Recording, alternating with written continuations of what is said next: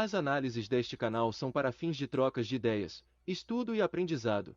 Devemos lembrá-los que os comentários realizados neste podcast não devem jamais serem usados como recomendação de investimento. Só invista em ativos que você conheça profundamente e com valores que esteja disposto a perder.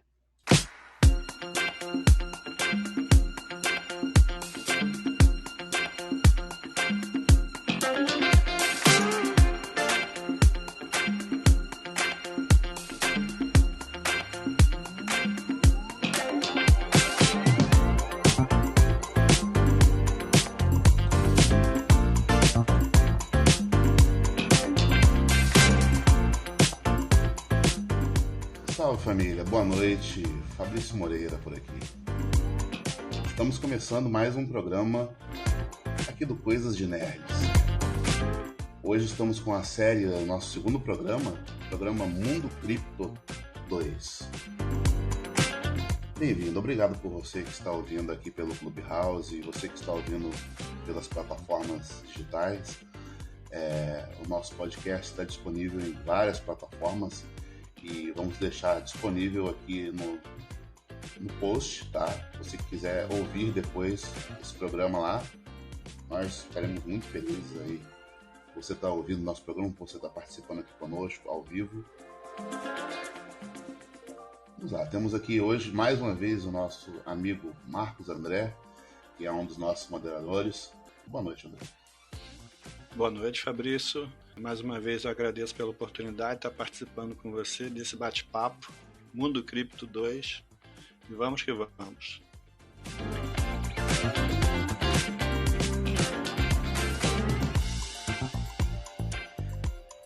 Hoje, dia 8 de maio de 2022, eu gostaria de desejar um feliz Dia das Mães para todas as mães que estão nos ouvindo. Um dia especial, não é verdade, André? É verdade. Afinal de contas, estamos aqui por causa delas, né? Somos todos gratos por isso. Com certeza. A gente teve o primeiro programa, foi o Mundo Cripto 1, e hoje a gente vai seguir nessa sequência aí do Coisas de Nerds. É uma série, tá? Tivemos o primeiro programa e hoje é o nosso segundo programa.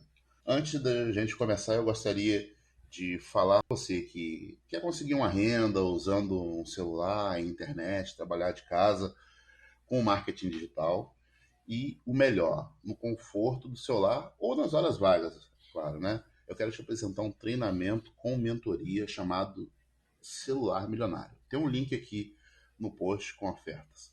Corre lá depois e garanta o seu com um preço muito bacana, um desconto muito legal para você.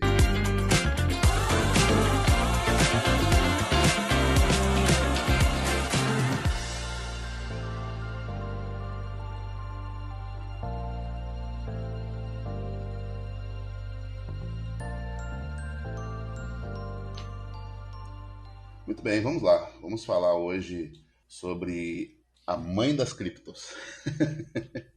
Hoje é dia das mães, né, André? Então, nada melhor que a gente falar sobre a mãe das criptos, a precursora de tudo, né? Que foi o Bitcoin. A gente já falou um pouco sobre criptomoedas no nosso primeiro encontro. E hoje a gente vai navegar pela história aí, dar mais detalhes sobre a criação, a arquitetura, a forma de transacionar, a segurança, entre outros detalhes, né? Vamos aí começar essa história lá do início, sem redundância, né? Já sendo redundante, lá do início. Até porque a gente não tem como começar do fim. Vamos lá, André, conta pra nós aí um pouquinho aí dessa história aí da mãe das criptos, o Bitcoin, né? Fabrício, primeiro nós vamos iniciar com aquele recadinho, né, que a gente tem que entregar aí para os nossos ouvintes, onde nós sempre informamos que as análises, né, desse canal são para fins de troca de ideias, estudo e aprendizado. Devemos lembrá-los que os comentários realizados nesse podcast não devem jamais ser usados como recomendação de investimento.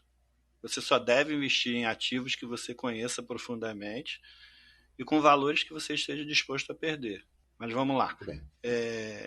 Iniciando aí, como você mesmo disse, sem ser redundante e já sendo, Bem, o Bitcoin, na verdade, que conta a história é que ele surgiu em 2009. A história conta também que o criador dele tem o nome de Satoshi Nakamoto, é um pseudônimo, né, que foi dado para o criador. Na verdade, até hoje, paira a dúvida se é uma pessoa ou é um grupo de pessoas. Exatamente.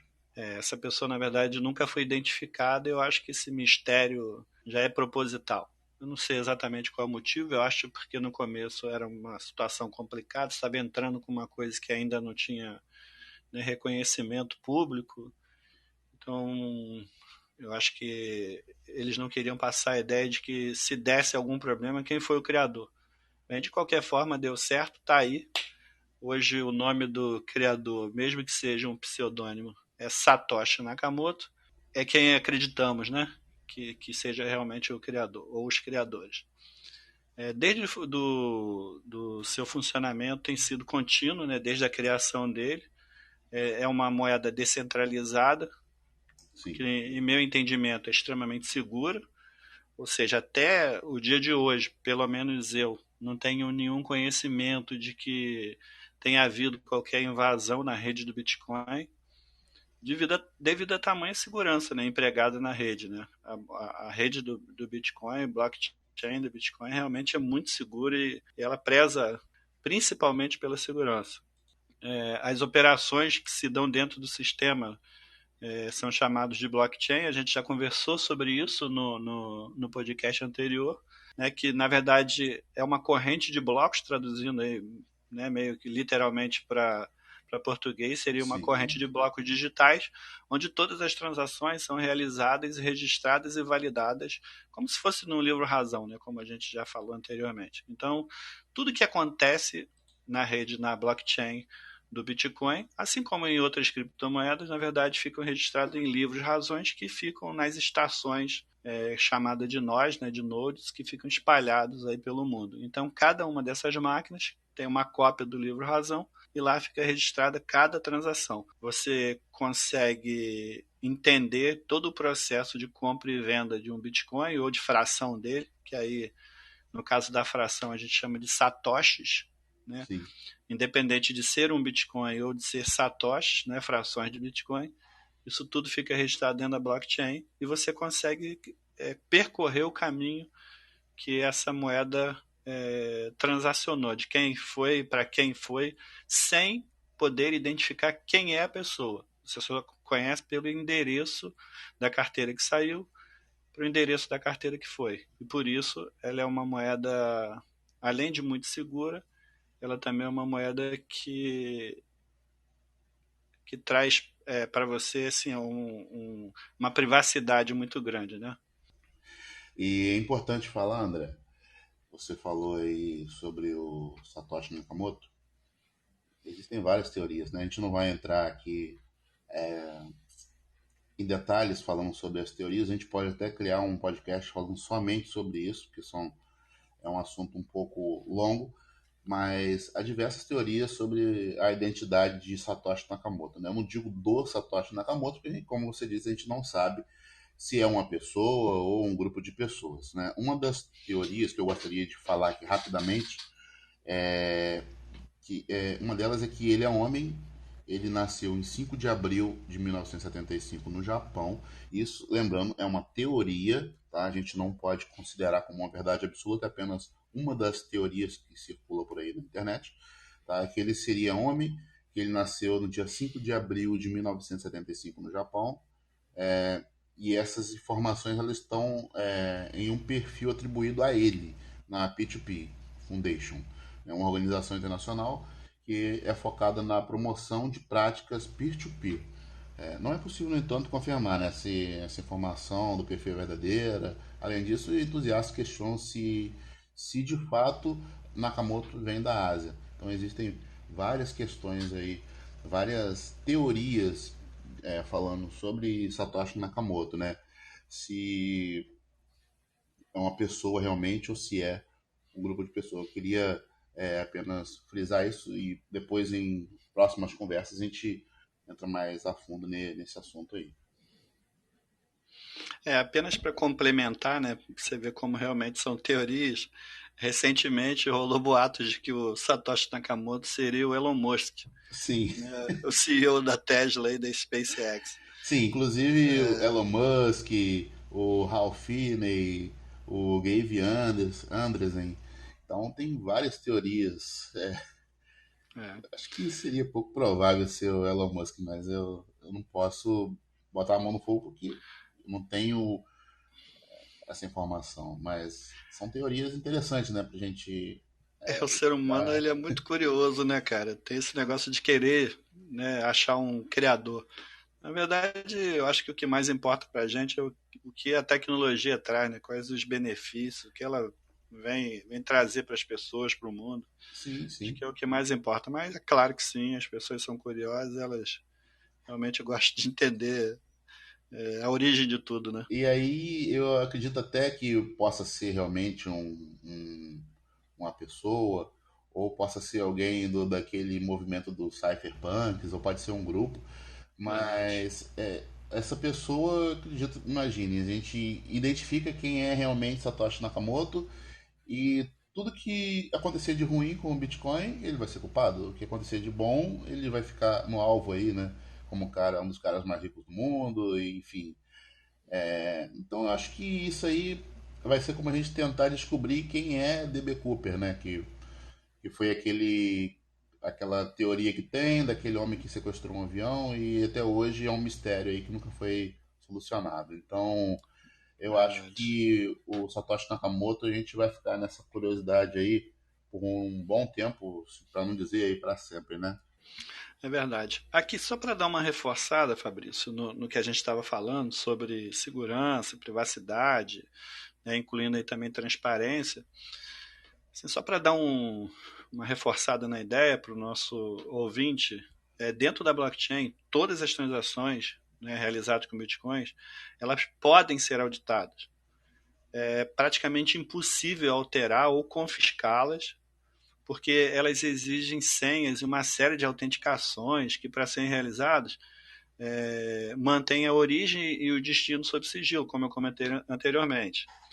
Você consegue imaginar, por exemplo, essas características nas moedas fiat? Ou seja, nas moedas tradicionais, as que a gente usa no dia a dia? Eu, pelo menos, não, Não, né? não. Porque se você parar para pensar, você tem uma moeda que qualquer transação que você faça com ela fica registrado em um livro razão que ela saiu de uma carteira e foi para outra. Você consegue acompanhar a vida dessa moeda eternamente porque ela está registrando lá as passagens. Sim. Né? A privacidade é porque você não consegue saber de quem para quem. Mas você já imaginou isso no dinheiro de papel? Depois que ele cai na sua mão, É, você vai na vendinha ali do seu Zé, compra um negocinho, do seu Zé vai para a esposa, que vai numa loja compra um perfume, que vai pagar a empresa que vendeu o perfume, que vai para o banco e depois volta para o caixa eletrônico, ou seja, não existe o menor controle sobre não isso. tem Então, como você saber. Vamos dizer, as células são numeradas, né? Toda célula tem uma numeração. Mas quando a cédula chega na sua mão, você não sabe por onde ela passou. Quem não, que manuseou esse dinheiro antes dele chegar na sua mão? não fica registrado em lugar nenhum, só registra de que lote ela é. Sim, Quando uma moeda é criada, ela fica registrada, até porque, bem, eu pelo menos desconheço que o próprio banco ele identifique cada moeda que entra no caixa dele. Eu pelo menos tenho esse conhecimento. Tá? Ele simplesmente serve para você identificar qual foi a remessa, quando foi criado, esse tipo de controle de criação. Né? correto. Mas a gente não consegue, por exemplo, e pegar uma moeda através dela, você saber quantas vezes que ela passou na lojinha do seu Zé e voltou, Nunca. quantas vezes que ela foi na agência e voltou, É. quantas vezes que ela saiu de um caixa eletrônico número tal e voltou. Fica mais difícil, né? Essa é a diferença entre os ativos digitais, né, as criptomoedas e as Difícil moedas não, é fiat. impossível, né? É, exatamente. E, assim, a gente falando de moedas fiat, eu estava até falando com um amigo essa semana o seguinte: no Brasil hoje a gente tem as moedas de papel e a gente tem as transferências bancárias, tá? Então a gente tem dois cenários. Uma é aquela que você está com o dinheiro na mão, que é a moeda, a cédula, própria moeda física, e a outra por exemplo, uma transferência bancária, que é um dinheiro que não está ali na sua mão fisicamente. A criptomoeda, ela funciona um pouco parecido com isso, só que ela não é centralizada, né? Quando a gente fala de real, que é a nossa moeda, ela é uma moeda que ela tem todo o controle aí do Banco Central. Então, a criptomoeda, como por exemplo o Bitcoin, que é a mãe das moedas, né, que é a qual a gente está abordando hoje aqui no podcast, não tem uma entidade física que fica ali para poder fazer aquelas transações. Dentro da blockchain, como você disse aí, todas as transações do Bitcoin, elas podem ser auditadas desde lá do início, desde os primórdios, só que assim, é impossível você alterar ela, confiscar elas, e eu acho algo muito seguro, cara, é muito seguro.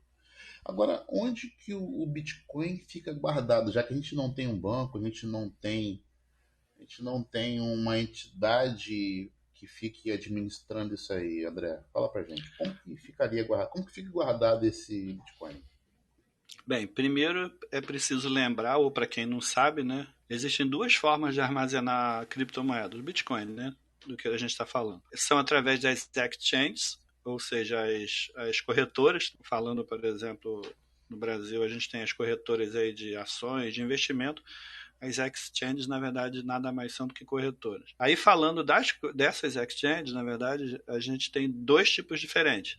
A gente tem as centralizadas e tem as descentralizadas. As centralizadas, por exemplo, a Binance, né, ou Binance, como alguns brasileiros chamam, mercado Bitcoin, entre outros. Nesse caso, quando o Bitcoin está guardado com eles, na verdade você não tem o poder sobre a moeda exatamente. Você está confiando que essas empresas, como se fosse um banco, guardassem as suas moedas, então as chaves, né, que identificam aquela moeda dentro da rede, né, na blockchain do Bitcoin, na verdade elas ficam sob o poder das exchanges. Obviamente existe aí uma confiança entre a instituição e você, pessoa física. Então, assim, para você não ter que se preocupar em guardar isso né, e não ter, por exemplo, sua carteira invadida por um hack, alguma coisa desse tipo, às vezes, até porque você não quer ter esse trabalho de controlar, você deixa dentro de uma exchange dessa, centralizada.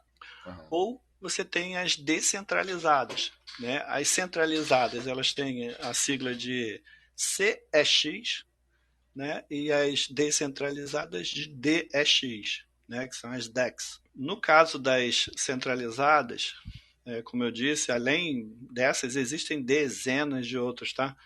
Eu estou falando de algumas, as mais conhecidas, mas eu posso citar para você aí, sei lá, 10 diferentes. Existem milhares, desculpa. Existem dezenas de exchanges, mas eu posso te dizer que assim, entre as mais conhecidas estão a Binance, a Huobi, ou Huobi, né, como algumas pessoas chamam, Gate.io, Crypto.com, né, entre outros, né? Existem Bybit, BitHacks. Falando sobre as descentralizadas, aí nesse caso são plataformas de negócio onde o investidor mantém consigo mesmo a custódia dos seus fundos. Ou seja, essas exchanges descentralizadas elas não ficam com as suas moedas. Elas só servem como plataforma de transação. A moeda fica com você. São negociadas diretamente na carteira do usuário, né? Isso, exatamente. Você fica com a custódia. Ao contrário das centralizadas, que ela é uma custodiante, ela fica com o poder sobre a sua moeda, né? A hora que você quiser, você vai lá e tira, e ela ganha aí uma taxinha, como qualquer banco, como qualquer corretora, ela ganha uma taxinha de transação e ela vive disso, né? Além disso, ela cria alguns pacotes, algumas coisas lá dentro dela para poder te manter lá e utiliza a sua moeda para poder fazer movimentação, como se fosse um banco, exatamente. Diferente dessas descentralizadas, as DEX. Na verdade, elas só servem como uma plataforma de transação e você é responsável por guardar suas moedas. Aí, quando a gente vem falar de você guardar suas moedas, aí a gente precisa entender um pouco mais, né? Porque a pergunta que você fez foi onde fica guardado. A primeira delas, já te respondi, fica dentro dessas exchanges centralizadas, e outro fica dentro, ou seja, fica com você. Você é o custodiante. Nesse caso, existem algumas formas de armazenar, que tem as hot wallets e tem as cold wallets. As hot wallets, eu posso citar para você sempre os mobile wallets, que seriam os aplicativos de carteira que ficam dentro do celular, e os soft wallets, que são aqueles que ficam armazenados dentro de computadores. Mas todos eles são digitais. Então, eles, né, a probabilidade de haver uma invasão na sua máquina e você acabar, se você tiver com sua chave guardada em um editor de texto, no WhatsApp, e você carrega isso no seu computador, ou seja, a probabilidade de você ter a sua carteira invadida e suas moedas serem roubadas existe, né? Não vou falar que é grande, porque realmente assim, não é uma coisa fácil, mas sim, existe, já aconteceram dezenas de vezes, existem relatos aí, quem quiser procurar na internet. E existem as cold wallets, essas são diferentes, essas, né, a hot wallets, que a gente chama de carteiras quentes, traduzindo para o português literal, e as cold wallets são as carteiras frias, essas elas não ficam no computador. Aí, no caso das cold wallets, você tem as hard wallets, né, que são, é como se fossem pendrives que ficam conectados. Ele armazena uma chave dentro dele, e todas as vezes que você for fazer uma transação, você é obrigado a conectar esse equipamento. Como se fosse um token, né? Sim, um token. Num computador, para poder ele fazer a leitura de uma criptografia que tem dentro desse token e poder liberar a transação. Sem ela você não consegue fazer. E existem também os paper wallets. Na verdade eu nunca nem vi um paper wallet na minha vida, mas né, se a gente for procurar um pouco mais sobre isso, você vai ver que na verdade é como se fosse uma carteira de papel mesmo. Você tem uma folha de papel na sua mão, que nela tem uma chave ali, e para você utilizar a movimentação das suas moedas, você precisa pegar aquelas chaves que estão guardadas nesse paper wallet e ingressar com isso numa carteira para poder você fazer a movimentação. Essas são basicamente as duas formas que você tem, utilizando as exchanges centralizadas e as descentralizadas. Eu não vou entrar em mais detalhes, mas aí eu também poderia te dar alguns exemplos de carteiras. Quando a gente fala de cold wallet, a gente chama também de carteiras offline, né, porque elas não estão conectadas e por isso que são cold, né, frios, porque não estão conectadas a nada, elas ficam armazenadas, você guarda na sua casa. Independente disso, assim, vale ressaltar, você fala assim, mas se ela é como se fosse um pendrive, eu vou utilizar aí o termo pendrive, só para poder, e não token, né, porque token também tem os tokens digitais. Então eu vou utilizar como se fosse um pendrive, só para você ter uma ideia física do que se trata, tá? Mas não é um pendrive, realmente é um token. Só que isso também é arriscado, porque se você, por exemplo, se uma pessoa sabe que você é uma pessoa que vive de criptomoeda, que você tem bastante dinheiro investido nisso, você é um grande investidor e você, né, tem a sua hard wallet guardada com você e alguém invadir a sua casa e achar, levou suas moedas, você perdeu tudo de qualquer forma. Então o ideal é que mesmo que você tenha uma hard wallet, que você armazene isso dentro de cofre, em algum lugar onde não vai ser qualquer pessoa que vai encontrar, né? A ideia é que você tenha alguém de confiança dentro da sua casa, filho, esposa, marido, não sei, mas que você diga para essa pessoa que isso está armazenado em algum lugar onde só você e ela sabe, porque se acontecer alguma coisa com você, outra pessoa sabe e consegue retirar ou vender. Inclusive, eu acho que é a forma mais segura, né, de você guardar essa chave aí. Né? É a forma mais segura. É a forma mais segura. Mas aí, assim, vale ressaltar isso também, porque é importante, que às vezes a pessoa pensa que só porque está dentro de um equipamento físico desse, não precisa ter tanto cuidado. Precisa sim, até porque se você perder, você perde tudo e nunca mais na sua vida recupera. Está perdido, fica difícil. Se bem que no caso das hard wallets, dependendo de quem você comprou, você consegue fazer a recuperação disso, tá? Eles têm uma chave lá dentro que eles não têm a numeração, mas eles têm uma chave lá que eles conseguem como se fosse restaurar. Mas isso aí a gente precisa entrar mais nesse assunto, no momento oportuno a gente pode nos aprofundar mais sobre isso. Você falou aí um pouco sobre a Mobile Wallet. Fala um pouquinho mais aí, porque já que hoje em dia a gente está tão ligadas nessa questão mobile, por exemplo, hoje a gente tem um programa de edição de texto no celular, a gente tem aplicativos de banco que antes eram só em computadores, a gente tem nos aparelhos celulares também, várias outras coisas que a gente só usava um equipamento de uma empresa ou um equipamento maior, um computador, e hoje a gente usa no celular. Fala um pouquinho mais sobre essa mobile wallet, André. Vamos lá. As mobile wallets, na verdade, é como se fossem carteiras digitais, né? Na verdade, você tem dentro do seu celular um programa, né? Tudo é programa. Então, dentro do seu celular você tem um programa onde dentro dele, depois que você faz um cadastro, você recebe uma chave, né, que eu não me recordo exatamente agora, me fugiu o nome, mas né, tem uma nomenclatura para isso. Você recebe uma chave de 12 palavras em algumas, 25 palavras em outras, e é como se aquilo ali fosse a sua senha. A sua chave, na verdade, é a composição ali, a união de 12 palavras distintas. Uma pessoa, para conseguir invadir a sua carteira e transacionar as suas moedas, fazer transferência, compra ou venda de moedas com a sua carteira, ela precisaria ter em posse essas palavras. Na verdade, são essas palavras que tornam o negócio seguro. Então, essas palavras, por exemplo, quando você... Vou te dar alguns exemplos de carteira dessa mobile. Por exemplo, você tem a MetaMask, a Trust Wallet, que, se eu não me engano, foi desenvolvido inicialmente pela Binance também. Você tem Free Wallet, entre outras, né? Mas, por exemplo, a Trust Wallet é uma das que eu utilizo. Eu utilizo duas. Eu também. A MetaMask e a Trust Wallet. A MetaMask ela é boa porque, além dela ser uma carteira, ela também ela tem uma facilidade muito grande de você conseguir comprar e vender moedas através dela. Por exemplo, você pode conectar através de uma exchange dessa descentralizada, e de dentro da sua própria MetaMask você faz aquisição de moedas, ou então de dentro dela você envia para outra carteira.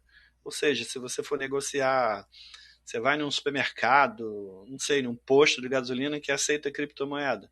Então você vai de dentro da sua MetaMask, pega lá o endereço da carteira da outra pessoa e de lá mesmo você transfere para a carteira de outra pessoa. É como se você estivesse tirando o dinheiro físico do seu bolso, da sua carteira, do seu bolso, e passando para a pessoa. Essa MetaMask você então tem como conectar outras carteiras ali nela, né? Na verdade, assim, as transações entre uma carteira e outra não é porque elas se conectam, é porque, na verdade, é a rede que faz o papel de transacionar. Você tem a sua carteira e dentro dela você diz, olha, eu quero enviar criptoativo para o Fabrício. Aí o Fabrício vai lá e me diz, olha, André, por exemplo, para eu receber Bitcoin de você, meu endereço é esse. Aí a pessoa vai te passar um endereço. Na minha carteira eu vou lá e transfiro para este endereço a quantidade de criptomoedas que eu quero, de satoshis ou de bitcoins, para a sua carteira. Então eu estou transacionando via rede. Na verdade, não é pela carteira. É como se fosse sim. uma que a gente chama de P2P, né? São várias redes ali que você conecta na MetaMask, né? Exato. Então você, na verdade, está transferindo de uma carteira para outra carteira através da rede. Aí, como você está fazendo uma transferência através da rede, como qualquer transação em criptomoedas, na maioria delas, você paga uma taxa de gás, né? E às vezes uma taxa, um percentual também para MetaMask ou Trust Wallet, eu não sei. Algumas delas cobram por isso. Mas a taxa de gás, com certeza, você paga. Porque, na verdade, a gente já falou no primeiro episódio aí do nosso podcast, os nós, né, são pessoas ou empresas que estão com computadores ligados e que ficam lá esperando para poder fazer essas transações. E eles ganham uma taxa que chama de gás aí para poder fazer essas transações. Então é como se fosse lá o pagamento para ela deixar o computador dela de pé lá fazendo a transação. É essa taxinha de gás que você paga cada vez que você transaciona. Quando você envia para alguém, quando você compra moeda de alguém, sempre tem uma taxa de gás aí que é para poder acontecer essa transação entre as partes, entendeu? Para quem está ouvindo a gente não conhece, está entrando agora nesse mundo cripto, o André está falando aqui taxa de gás. Só para ressaltar para a galera aí, gás, na verdade, é o valor cobrado cada vez que uma transação ou contrato inteligente é executado no Ethereum. Ethereum Gas Limit É a quantidade máxima de uma transação que uma transação exige para ser executada na rede. Então é um valor, é como se você estivesse pagando uma taxa por aquela transação que você está realizando ali naquela rede em si. Assim, você deu o exemplo aí, por exemplo, da rede, como os brasileiros gostam de falar, Ethereum, né? Ethereum. Isso. Ou Ethereum, você está certo, não está errado. Se você estiver trafegando pela rede da Ethereum, sim. Aí você paga a taxa de gás da rede Ethereum. Se você estiver utilizando uma outra rede, você vai pagar a taxa de gás daquela outra rede. Daquela outra rede, Então exatamente. todas elas cobram. Mas, cara, eu vou te falar que assim, é impressionante como a maioria das transações que ocorrem nas redes de criptomoeda acontecem na rede do Ethereum. Se você tem razão. Isso é o pagamento para poder a rede ficar de pé, né? Para ela acontecer, para que ela não caia, nunca deixe de existir, as pessoas têm que receber para poder manter os computadores de pé. Isso que Exatamente. faz a coisa acontecer, isso é o que faz ela ser descentralizada. Ela não está em mãos de nenhuma empresa, nenhuma instituição. Ela é uma rede que envolve milhares e milhares de pessoas e que essas máquinas dessas pessoas é que fazem a coisa acontecer. Esse é o diferencial. Por isso que a gente chama de rede descentralizada. Você fez um comentário interessante, né, do contrato inteligente. Cada vez que a gente faz uma transação numa rede, independente de qual seja, quando você transaciona, independente do que seja, mas no nosso caso aqui, no nosso exemplo, uma compra ou venda de uma criptomoeda, um contrato inteligente é criado, que chama-se de smart contract, né? Sim. Você não sabe, mas a rede cria um smart contract.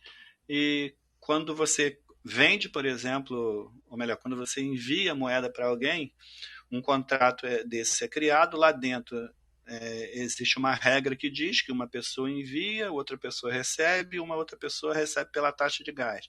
E para que isso aconteça, esse contrato precisa ser finalizado. Então fica registrado dentro da rede. Isso é outra coisa que faz a rede ser segura, é porque toda transação tem um contrato por trás registrando essas transações. Isso é interessante. Inclusive, a gente pode, depois, numa outra oportunidade, nos próximos podcasts aí, a gente se aprofundar um pouco mais sobre os smart contracts, que são os contratos inteligentes, né, que aí a gente tem bastante assunto para falar sobre isso aí. Mas vamos lá. Agora a pergunta que não quer calar, André. Na sua opinião, a gente viu que as criptos elas estão em queda, né? Várias criptos em queda. Mas ainda assim, na sua opinião, você acha que o Bitcoin, vamos falar aqui do Bitcoin, que é o assunto principal hoje desse podcast. Você acha realmente que o Bitcoin é seguro? Olha, Fabrício, assim, ó, lá no nosso primeiro podcast eu falei sobre isso com você. Na verdade, como eu tenho pouco tempo, né, nesse mundo das criptomoedas, eu posso te dizer que há um ano atrás, eu acho que acredito que um pouco mais do que isso, eu não acreditava. Aí você vai até falar assim, Wander, mas você é um cara que trabalha com tecnologia, como você falou aí também na sua apresentação no primeiro podcast, você vive disso, você trabalha com tecnologia, né, na área de TI, e apesar de conhecer, ter formação na área, você desacreditava na segurança das criptomoedas? Sim, eu desacreditava. Né? E como qualquer pessoa ignorante de conhecimento, o meu entendimento é que isso não era seguro porque isso está numa rede, então uma hora ou outra qualquer hack pode entrar e invadir uma carteira, uma exchange dessa, roubar todas as suas moedas e tchau, e você não vai saber de onde saiu. Mas o negócio não é bem assim. Quando a gente estuda, vai atrás de conhecimento, aí sim a gente pode falar sobre alguma coisa. Né? E no caso das criptomoedas, eu acho que eu aprendi com isso. Quando eu me interessei por estudar, eu comecei a entender de que eu estava totalmente errado. E sim, a resposta que eu tenho para te dar nesse momento, para mim, né, André, sim, o Bitcoin é sim seguro. Eu acho até que, na verdade, assim, é infinitamente mais seguro do que ter dinheiro guardado em banco. Primeiro, pela natureza, né, da própria tecnologia que viabiliza o Bitcoin. Não existe brecha de segurança, pelo menos que eu tenha conhecimento até o dia de hoje. Ela é uma rede extremamente segura. Né? Para que alguém mal intencionado ataque, por exemplo, a rede com o intuito de roubar as moedas das pessoas, ele teria que invadir os milhões de computadores que eu citei aí em todo o mundo que validam essas transações na blockchain. Ou seja, na verdade, para poder... É como se ele tivesse que fazer uma engenharia reversa de cada computador desse, para desfazer cada operação dessa, para poder ele conseguir chegar em alguma maneira de fazer de roubar essas moedas, hackear. Obviamente eu estou falando de Bitcoin, tá? Existem outras criptomoedas que não têm a mesma segurança do Bitcoin, e se você for procurar na internet, você vai ver que já aconteceram roubos de criptomoeda por causa de falha de segurança em algumas redes. Tá? Mas como você falou no começo lá, a pessoa tem uma carteira e ela deixa a senha salva no WhatsApp. No WhatsApp, eu guardei no WhatsApp, fui lá e coloquei, falei, eu sou inteligente, eu vou botar aqui vou mandar essa mensagem para minha esposa e deixo guardado lá. O dia que eu quiser, eu já sei que eu mandei para ela, eu e ela, os dois sabemos. Sim, mas alguém invadir meu celular ou meu computador, e se eu utilizo no celular e no computador, ele vai invadir minhas mensagens. Se invadir minha mensagem, vai pegar as palavras, essa frase, né, essas 12 palavras, 25 palavras, e entra na minha carteira que quiser e toma tudo. Aí você fala assim, é porque ele invadiu a rede do Bitcoin? Não. Na verdade, foi você que deu mole. Você que deixou as suas palavras, né, suas palavras-chave inseguras, ou seja, de forma insegura, e conseguiram roubar de você. Mas, na verdade, assim, o ponto focal aí, sobre segurança da rede que eu estava falando, na verdade, assim, praticamente é impossível invadir a rede do Bitcoin. Quando a gente fala praticamente é impossível, é porque, né, até hoje ninguém invadiu, mas não sei, daqui a pouco... Esse povo, né, desse submundo hack aí, na verdade, eles não deixam de ficar buscando formas e maneiras de conseguir invadir. Eu espero que não consiga. Mas existem redes onde eles conseguem. Existem vários exemplos aí, por exemplo, desse jogo Axie Infinity, que já foi invadido e roubaram dezenas de milhares de reais. Existem, por exemplo, se eu não me engano, na rede da Solana, por exemplo, frequentemente vem sofrendo ataque. Eu não sei se eles conseguem roubar alguma coisa, mas eles conseguem derrubar a rede da Solana. Então, assim, como eu te disse, Fabrício, como a gente, né, sempre inicia o podcast, e o que a gente fala para os nossos ouvintes é que, assim, você vai investir em criptoativos? Estuda sobre isso. Você tem lá um dinheirinho que você pode investir, que se calhar de perder. E não estou falando por roubo de hacker. Agora eu estou te falando até por causa da volatilidade, porque isso é como se fosse uma ação. Uma criptomoeda, você, por exemplo, compra mas ela vale alguma coisa. Ela sempre é, por exemplo, comparado com $1. Quanto vale, te dar o exemplo, por exemplo, do Bitcoin. Hoje, um Bitcoin custa $34.174. Então, quando você diz que você tem você tem 34 mil, mas pode ser que amanhã ele valha 60 mil. Então, na verdade, você tem $60 mil, mas você continua tendo um Bitcoin. Sim.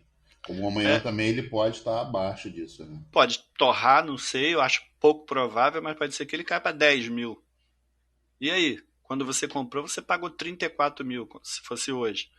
Aí você fala, entrei em desespero, em pânico, meus 34 mil torraram, sumiram, viraram $10 mil? Sim. Se você vender, sim. Se você for um investidor tranquilo, calmo, e como a gente costuma dizer, tem sangue frio para isso, né, você é um investidor, né, de alto risco, então o que você vai fazer? Bem, eu já perdi 24 mil reais, de 34 caiu para 10 mil. Eu vou aguardar. Se esse dinheiro que eu investi era um dinheiro que eu não precisava dele, é um dinheiro, como eu disse lá no início, é um dinheiro que você pode correr o risco de perder, então eu deixo ele quietinho lá, meu Bitcoin continua valendo Bitcoin. Agora ele vale 10 mil, mas pode ser que daqui a 2, 3 anos ele vale 100 mil. Foi o que a gente falou no primeiro podcast. Sim, valeu a pena esperar? Sim, valeu a pena esperar. Foi o que a gente falou no primeiro podcast. Quando você vai fazer um tipo de investimento, é como você disse aí, a pessoa tem que ter sangue frio, a pessoa tem que ter uma calma e ela tem que ter um conhecimento daquilo que ela está fazendo. Ela viu que a moeda caiu, não se desespera. Cara, não se desespera. Espera um pouco para a moeda subir novamente. Se a moeda ainda está ali, a moeda que você comprou, se foi um Bitcoin, você continua com um Bitcoin. Se foi metade disso, uma fração, você continua com aquela mesma fração. A diferença é que ela só desvalorizou. Como amanhã depois ela pode valorizar novamente. A gente tem exemplo aí de várias moedas que valorizaram muito é a moeda da Binance, por exemplo. Ela valorizou demais. A gente falou até no último podcast, se não me engano, sobre a CRO também, que é uma moeda que a gente acredita que suba bastante, mas voltando aquele assunto principal do começo, a gente não está aqui para dizer para você, olha, faz um investimento nisso, aquilo. Não. Não fazemos recomendação. A gente não recomenda nenhum tipo de investimento. O nosso podcast, a nossa conversa, aqui, o nosso assunto, é apenas conteúdo educativo para a pessoa entender o que é esse mundo cripto, entender o que são as criptomoedas, o que é um Bitcoin, o que é uma rede de transações, o que são contratos inteligentes, que são os assuntos que a gente falou até agora aqui. E agora, fala para mim, quais são as vantagens, por exemplo, de uma pessoa que nunca investiu em criptomoedas, ela sempre investiu na bolsa ou investiu em outros ativos aí. A pessoa quer entrar para esse mundo cripto aí. Quais são as vantagens que ela tem aí? As vantagens do Bitcoin hoje, no caso, a vantagem que ela tem mesmo aí. Só para concluir o assunto anterior, eu já volto aqui nesse ponto que você me perguntou. Só uma comparação, você me perguntou se realmente é seguro, né, comprar Bitcoin, negociar Bitcoin. Isso é seguro? E aí a gente, né, já falou ali, eu já disse para você o que eu acho sobre isso, que sim. Mas só fazendo uma comparação, por exemplo, com o sistema financeiro tradicional, que aí é um cenário completamente diferente. Por exemplo, cada banco possui uma própria rede centralizada, ou seja, a rede dele, que por sua vez está ligada a outras redes centralizadas de outros bancos. E uma única falha, por exemplo, em uma rede dessa qualquer, ela pode atingir todos os bancos. Como a gente já viu acontecer aí algumas vezes, e é noticiado na mídia algumas vezes, né? Como eu disse, porque nem sempre, às vezes você não fica sabendo. Recentemente o Itaú, por exemplo, começou a acontecer umas coisas meio loucas aí, de umas contas sumirem dinheiro, outras aparecerem dinheiro, e o banco diz que foi uma falha no sistema, enquanto outras pessoas por fora dizem que na verdade foi uma invasão. A gente nunca vai saber, né? Mas isso demonstra o quanto, na verdade, essa rede centralizada do banco tradicional, ela na verdade ela é falha, né? A probabilidade de ocorrer uma falha, uma invasão dentro de uma, apesar de não ser fácil também, tá, Fabrício? Porque o banco investe muito em segurança, mas a São gente já várias ouviu... camadas, né, de segurança. Sim, mas assim, a gente já ouviu muito falar sobre isso, sobre rede de banco que é invadida. Bem, isso é só para finalizar sobre isso. Bem, a pergunta que você me fez sobre as vantagens do Bitcoin. Por exemplo, por ser uma criptomoeda, o Bitcoin ele traz consigo diversas peculiaridades, diferencia em muitos aspectos, por exemplo, das moedas fiduciárias, acho que a gente chama de moeda fiat, né? Ou seja, o dinheiro que usamos atualmente em nosso dia a dia. Bem, de fato, para toda essa movimentação de Bitcoin ser realizada através da tecnologia do blockchain, é até difícil comparar com as moedas fiduciárias, né, tradicionais, em relação à transparência, segurança, controle de privacidade que essas outras criptomoedas oferecem. Eu acho, por exemplo, que assim, as vantagens é que você está numa rede que comprovadamente é muito segura, né, como a gente já falou sobre isso anteriormente, comprovadamente é muito segura. Ela tem todo esse controle que eu falei para você da blockchain, né, que fica registrado lá nos livros Razões, onde todas as transações estão registradas em todas as máquinas que compõem a rede. Ou seja, eu na verdade não consigo imaginar, por exemplo, desvantagem nisso. E quando você está falando de Bitcoin, por ser a moeda que foi a primeira, né, como a gente brincou aí fez aí a comparação, é a mãe das criptomoedas, eu acho que assim, ela é como se ela fosse assim, pensa naquela moeda que assim, vai sempre existir a confiança porque foi ela que iniciou tudo. E principalmente por causa da segurança que ela traz desde que começou. Então isso é uma moeda que realmente assim, é difícil de desacreditar. Quem gosta de investimento, quem, né, gosta de entrar nessa coisa do alto risco, de ter ganhos com investimento, e que tem conhecimento sobre isso, eu acho que vai acreditar sim e vai ver vantagem em investir em Bitcoin. Porque realmente é, assim, é promissor, o negócio é promissor.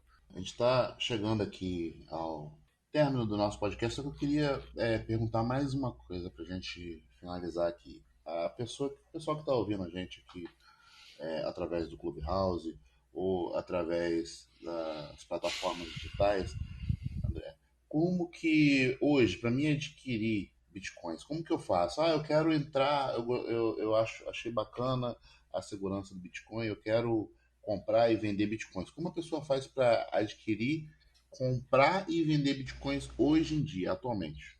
Existem 3 formas, tá? A primeira delas, é a mais complicada, é a mineração. Você pode, por exemplo, conseguir Bitcoin através de mineração. Tecnicamente, hoje é impossível adquirir Bitcoin através de mineração, né, onde você usa o poder computacional, né, do equipamento que você tem para fazer a validação das transações que ocorrem na blockchain, como eu já expliquei anteriormente, e você com isso ganha recompensa e recebe Bitcoin ou frações dele, né, satoshis. No entanto, hoje em dia é praticamente impossível, Fabrício, fazer esse trabalho de mineração de Bitcoin, porque o poder computacional exigido é tão grande que ele está restrito a computadores muito caros. E como se não bastasse, o consumo de energia, de É muito eletricidade, alto. também é estratosférico. E o que diminui muito qualquer chance de uma pessoa comum conseguir minerar Bitcoin. Hoje, a maior parte da mineração de Bitcoin ocorre com grandes empresas, na China, entre outros países, Paraguai, né, tem lá do Oriente Médio, ou seja, são verdadeiros galpões abarrotados de máquinas de mineração.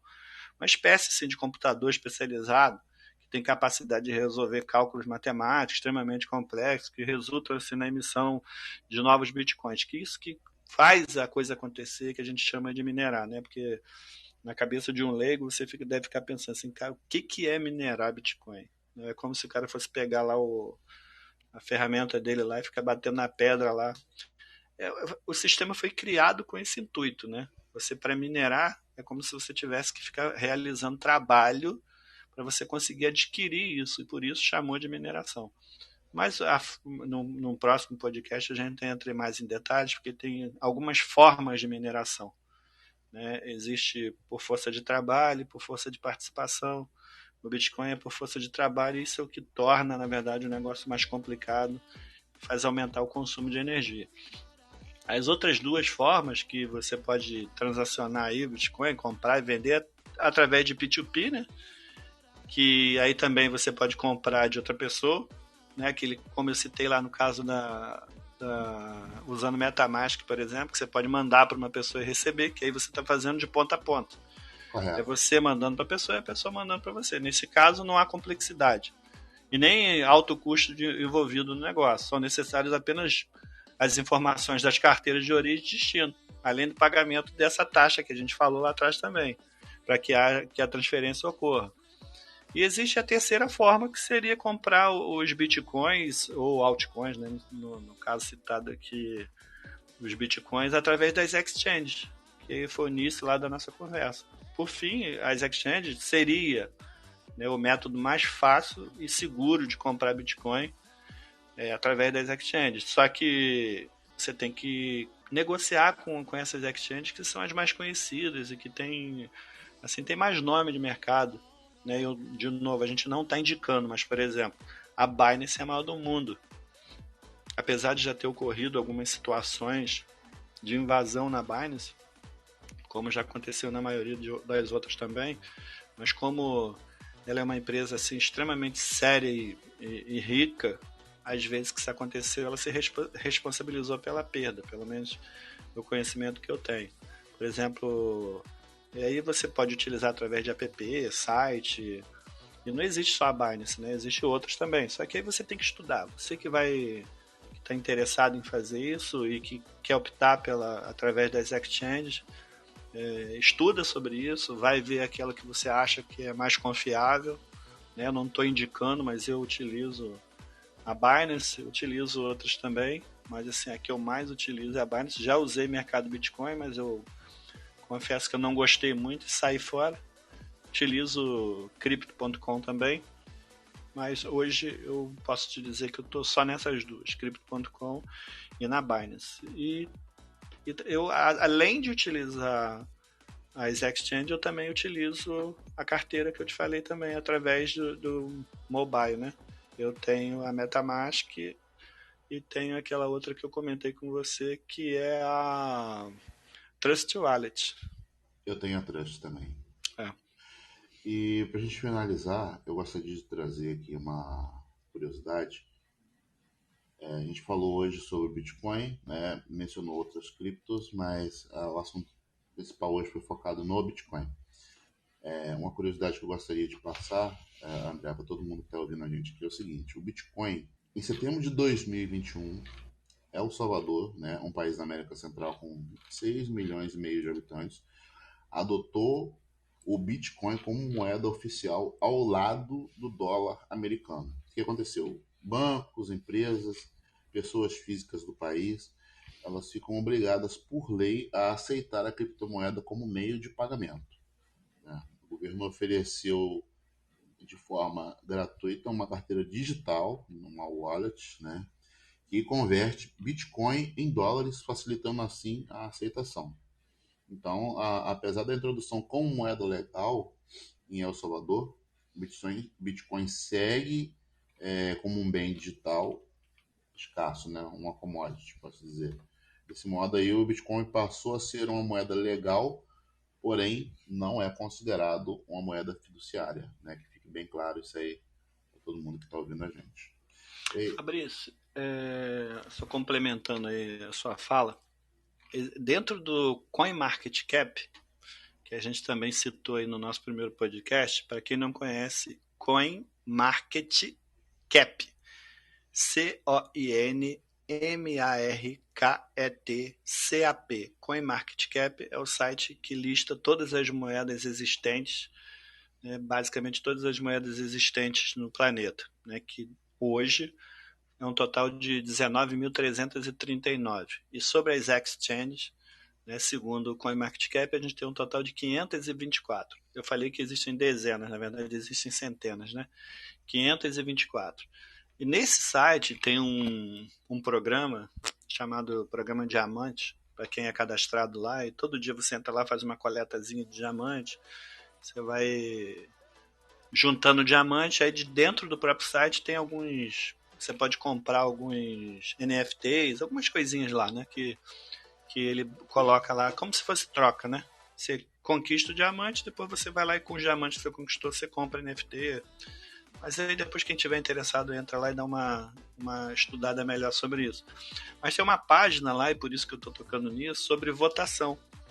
Onde o CoinMarketCap pergunta: quais são os países que você, no seu entendimento, você acha que vão adotar, assim como El Salvador adotou em 9/6/2021, quais são os países que você acha que vai adotar criptomoedas como moeda de curso legal? Aí tem lá Paraguai, Venezuela, Anguila, Estados Unidos, Panamá, Índia, Brasil, Zimbábue, Ucrânia, Equador, ou seja, todos os países do mundo. Aí você vai lá e vota. Se depois de um tempo, de um período aqui que ele coloca ali, algum desses países ou os países que você selecionou realmente adotarem a criptomoeda, então você ganha lá não sei quantos diamantes, né, porque você acertou. Então isso só demonstra o quanto as empresas, né, estão de olho nesse negócio de os países adotarem a criptomoeda como curso legal, né, como uma moeda, né, uma moeda suportada, além da moeda tradicional, que outra moeda ele suporta no país como moeda legal. Até esse momento, pelo menos o que lista no site, é que somente o dólar e o Bitcoin são suportados em El Salvador. E um assunto que vai ficar para o nosso próximo bate-papo aqui, nosso próximo podcast. Qual foi a segunda criptomoeda criada depois do Bitcoin? Esse é um assunto que vai ficar para o próximo podcast e deixar para curiosidade da galera. André, obrigado pela sua presença hoje aqui conosco, participando aqui desse Mundo Cripto, é o nosso segundo programa. Obrigado, meu querido, pela sua participação aí. Nada, meu amigo, estou aqui sempre à disposição. Acho que trocar conhecimento é importante. Eu acho que vale a pena, né? Cada conhecimento nunca é demais. Eu acho que é sempre bem-vindo. Então, conte comigo aí. Todas as vezes que quiser minha participação, só me avisar que estamos juntos. Muito obrigado. Agradecer a todos que ouviram o nosso programa, tanto aqui pela plataforma do Clubhouse, através das mídias sociais aí, dos canais digitais, aliás. Muito obrigado. Aqui no post eu vou deixar alguns links, que é o nosso e-mail aqui de contato, caso você queira mandar alguma crítica, alguma sugestão, alguma canelada, pode passar para a gente aqui, que a gente vai estar lendo ao vivo aqui nos próximos podcasts. Muito obrigado a todos pela participação e até a próxima. Tchau, tchau. Até.